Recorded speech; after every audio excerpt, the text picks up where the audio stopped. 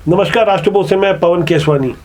छत्तीसगढ़ की राजधानी रायपुर से करीब 27 किलोमीटर दूर स्थित चंदखुरी, जहां माता कौशल्या का मंदिर है, इस मंदिर में आज संघ प्रमुख यानी संघ के सरसंचालक मोहन भागवत के आगमन से यह मंदिर राष्ट्रीय स्तर पर अचानक सुर्खियों पर आ गया। वैसे ही यह एक पवित्र स्थल है, यह माता कौशल्या का मंदिर है। इस मंदिर को लेकर पिछले दिनों छत्तीसगढ़ के सीएम भूपेश बघेल ने एक बयान दिया था।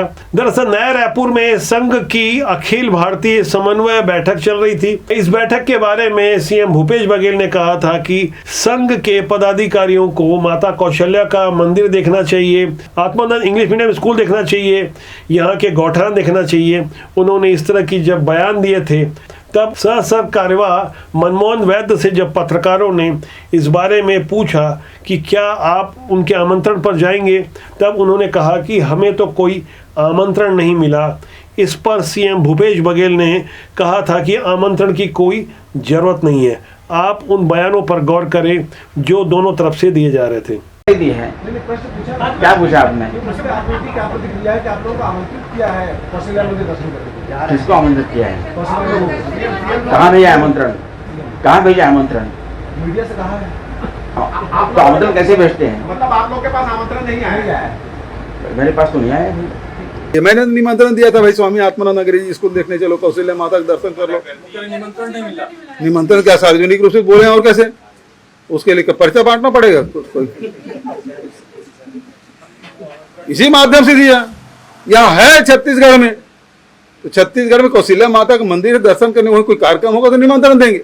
आप दर्शन करने जाइए, दर्शन करने जाने के लिए कोई निमंत्रण पत्र छपा जाता है। सोशल मीडिया के दौर में इस तरह की बयानबाजी खूब ट्रेंड करवाई जाती है। 9 से 12 सितंबर तक संघ की अखिल भारतीय समन्वय बैठक की समाप्ति के बाद यानी 13 सितंबर को संघ के सरसंचालक मोहन भागवत और उनके साथ छत्तीसगढ़ आरएसएस के प्रांत प्रचारक प्रेम शंकर सिदार, संघ चालक डॉक्टर पुरेंदु सक्सेना के अलावा महानगर संघ चालक महेश बिड़ला जैसे अनेक वरिष्ठ स्वयंसेवक भी शामिल थे। भारी सुरक्षा व्यवस्था के बीच जैसा कि आप देख पा रहे हैं, कौशल्या माता का दर्शन किया गया। उनके दर्शन के बाद सीएम भूपेश बघेल का एक ट्वीट भी सामने आया। दरअसल विधि विधान से पूजा और दर्शन से पहले एक खबर सामने आई कि रायपुर जिला कांग्रेस के अध्यक्ष गिरीश दुबे ने बाकायदा 2 पन्नों का निमंत्रण भी दिया था। माता कौशल्या का मंदिर वैसे तो हर किसी के लिए खुला हुआ है, लेकिन इस घटनाक्रम के बाद अब आने वाले समय में जाहिर तौर पर इसे लेकर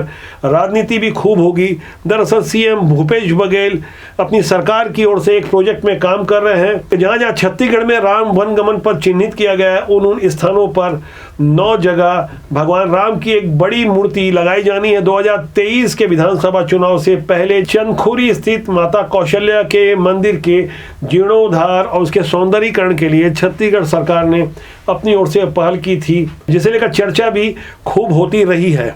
मौजूदा समय में देश में जिस तरह की राजनीति चल रही है कि कौन कितना भगवान राम के करीब है, कौन कितना बड़ा हिंदू है, ऐसे माहौल में जब अयोध्या में भगवान श्री राम के मंदिर निर्माण की अंतिम तारीख भी सामने आ गई। नई जानकारी के अनुसार 2024 की मकर संक्रांति वाले दिन अयोध्या में रामलला की विधिवत स्थापना की जाएगी।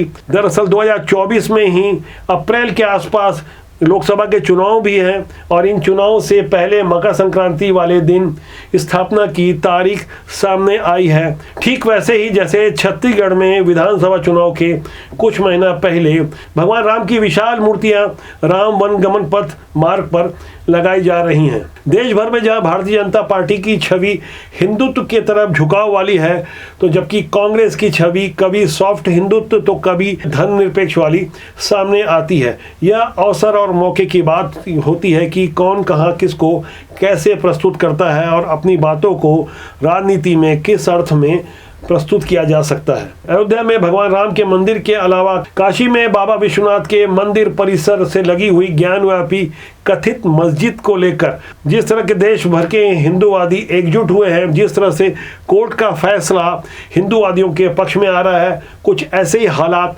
मथुरा के भी हैं, जहां इस बात को प्रामाणिक रूप से बताया जा रहा है कि किस तरह से हिंदू मंदिरों को तोड़कर उन मंदिरों के अवशेष को सीढ़ियों में लगाया गया है। जैसे ज्ञानव्यापी नामक कथित मस्जिद के भीतर वजू खाने में शिवलिंग मिला है और इस शिवलिंग की अब कार्बन डेटिंग की मांग उठी है। लोग आरोप लगा रहे हैं कि जहां हम पवित्र शिवलिंग की पूजा करते हैं वहां कुछ विधर्मी हाथ पैर धोते रहे, कुल्ला करते रहे। देश में जब यह संदेश गया तब जाहिर तौर पर इसका असर देश की राजनीति पर भी हुआ और ऐसे ही राजनीतिक माहौल से छत्तीसगढ़ अछूता नहीं है। वैसे देश हो या प्रदेश, राजनीति में कुछ भी संभव है। ये तस्वीर जो आप देख पा रहे हैं ये भारतीय जनता पार्टी के बड़े आदिवासी नेता हैं। मध्य प्रदेश जब संयुक्त मध्य प्रदेश था, छत्तीसगढ़ उससे अलग नहीं हुआ था, तब प्रदेश अध्यक्ष थे नंद कुमार साय। इनके घर के एक पारिवारिक समारोह में सीएम भूपेश बघेल एक तरफ और दूसरी तरफ डॉक्टर रमन सिंह नजर आ रहे हैं। और एक दूसरा मैं आपको एक वीडियो दिखा रहा हूं। यह वीडियो है दुर्ग का। यहाँ दुर्ग के सांसद भारतीय जनता पार्टी के विजय बघेल और उनके साथ उन्हीं के लोकसभा क्षेत्र भिलाई के महापौर नीरज पाल हैं और भिलाई के ही विधायक भी दिख रहे होंगे आपको, देवेंद्र यादव। और यहाँ भाजपा के पूर्व मंत्री प्रेम प्रकाश पांडे के सुपुत्र मनीष पांडे। ये चारों नेता आपको एक साथ डांस करते हुए नजर आ रहे होंगे। एक धार्मिक समारोह का अवसर था। आप देख सकते हैं कि चारों तरफ भगवा ध्वज लहरा रहा है। कांग्रेस और भाजपा की असमान विचारधारा के बावजूद ऐसी तस्वीरें राजनीति में सुखद संदेश देती है। राजनीति में मतभेद हो सकता है लेकिन वैमनस्यता नहीं रखी जानी चाहिए। राजनीति की सुचिता को आज समझने के लिए कृपया राष्ट्रबोध को सब्सक्राइब करें। आगे हम ऐसी ही तस्वीरों और ज्वलंत विषयों के साथ आपके साथ बने रहेंगे। कमेंट बॉक्स में जाके अपनी राय दीजिए जिससे हम आगे भी आपके लिए कुछ और बेहतर प्रस्तुति देते रहें। नमस्कार।